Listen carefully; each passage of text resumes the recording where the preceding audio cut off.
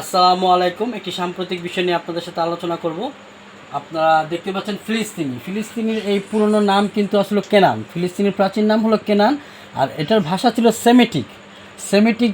তখনকার যুগে যারা থাকতো তারা কিন্তু একাধিক ঈশ্বরে বিশ্বাস করতো, এবং তাদের একটি ঈশ্বর নাম ছিল সালেম। সেই সালেমের সেমিটিক নাম তো সেমিটিক ভাষা যেহেতু, এবং তাদের যে ভাষাটা এবং এই ফাউন্ডিং স্টোন যে পাথরটা নিয়ে তারা করতো, মানে পাথরটাকে বিশ্বাস করতো, সেই পাথরটার নাম ছিল সেমিটিক ভাষা ইয়োরো। সেখান থেকে নাম আসছে ইয়োরো সালেম, মানে পরবর্তীতে ধাপে ধাপে নাম আসছে জেরুজালেম। তো এই জেরুজালেমটা কিন্তু মানব সভ্যতার প্রাচীন একটা বিষয়, এবং তিনটা ধর্মেরই কিন্তু প্রধান একটা বিষয়। আপনারা প্রথমে দেখবেন মুসলমানদের প্রথম কিবলাটা কিন্তু এখানে, পরবর্তীতে মক্কায় হয়েছে, তারপরে আল আকসা মসজিদ, তারপরে আমাদের নবী মোহাম্মদ সাল্লাল্লাহু আলাইহি সাল্লামের মিরাজের ঘটনাটা আপনারা জানেন, এবং কুব্বাত আল সাখারা সেই পাথরটা সেখানে বলা হয়েছে আমাদের নবী মোহাম্মদ সাল্লাল্লাহু আলাইহি সাল্লাম মিরাজে যাওয়ার আগে এখানেই অজু করেছেন।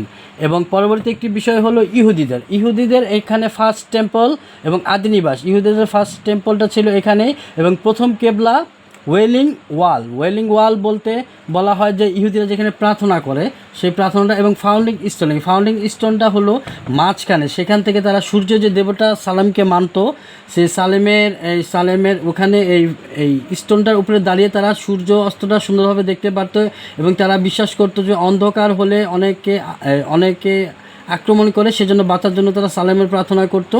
তো এখান থেকে নামটা জেরুজালেম। এবং দুইটি ধর্মের কিন্তু প্রধান বিষয় আমরা দেখতে পেলাম যে তীর্থস্থান। এবং পরবর্তীতে আমরা খ্রিস্টানে আসছি।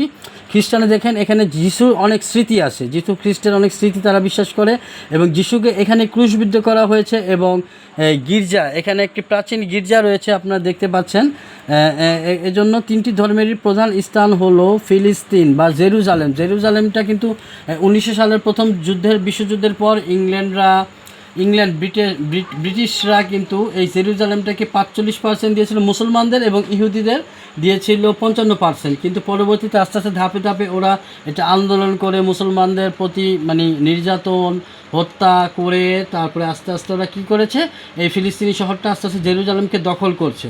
আসলে এটা একটা মন্দ কাজ। এটা বহির্বিশ্বের কাছে আমরা এই আবেদন করব যাতে এই যুদ্ধটা থেমে যায়, এবং ইহুদিরা যাতে এই বিষয়গুলো মেনে নেয়।